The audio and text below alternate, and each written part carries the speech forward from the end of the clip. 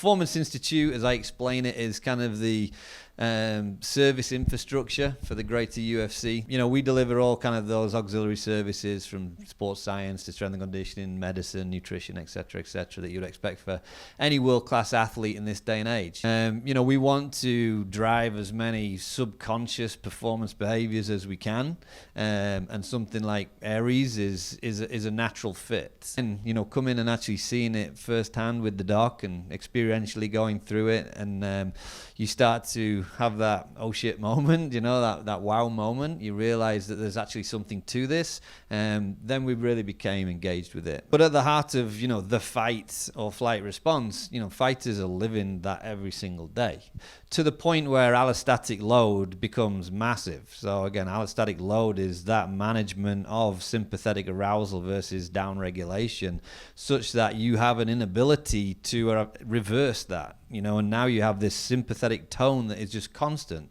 So every time our athletes come onto the mats or do their job on a day-to-day basis, that is sympathetic drive maxed out. The other thing to that is also our sport is a hugely oxidative sport in nature. So when you start to talk about energy systems, the glycolytic pathways that actually are a determinant of success in the sport of mixed martial arts drives huge acidosis that creates a massive oxidative stress in the body.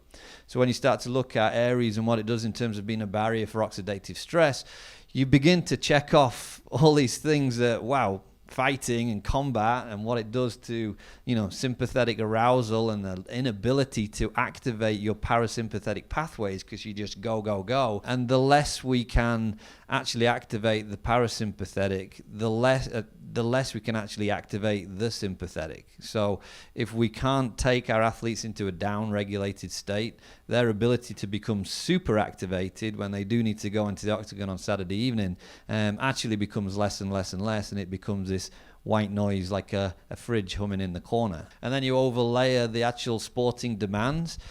You start to say, okay, this is a population that could really benefit from something like this. You know, I know just listening to the testimonials, you know, athlete testimonial firsthand is the best example of a success story.